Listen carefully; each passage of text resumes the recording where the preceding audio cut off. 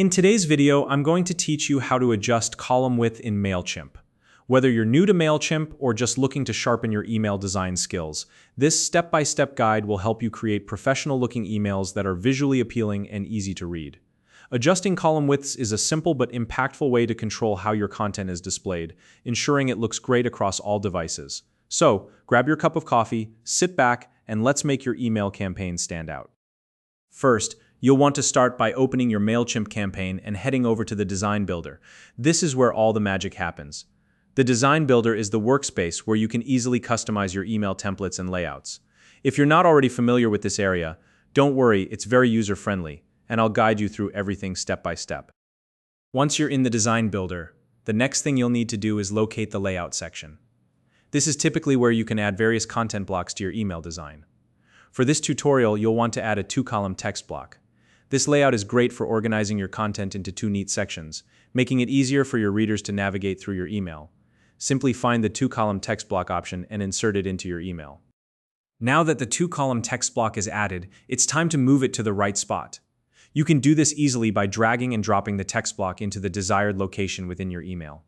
This flexibility allows you to place your content exactly where you want it, whether it's at the top, middle, or bottom of your email layout. Take a moment to make sure everything is aligned properly before moving on.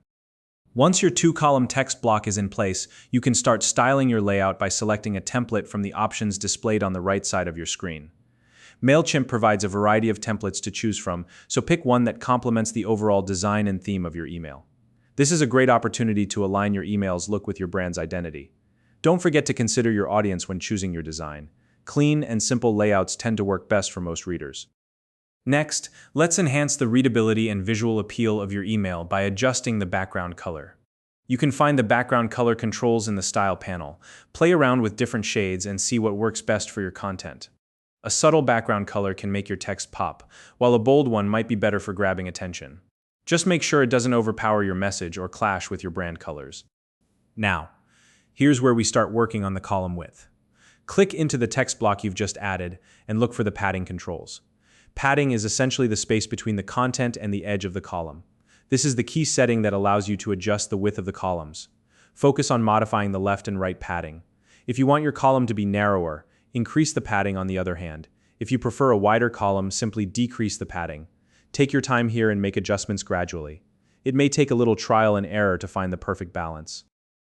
Once you've modified the padding, it's always a good idea to preview your changes. Use Mailchimp's preview feature to see how your email will look to your audience.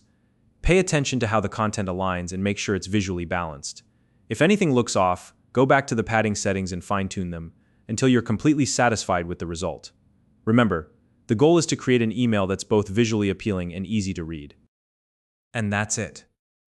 With these steps, you've successfully adjusted the column widths in your Mailchimp email campaign.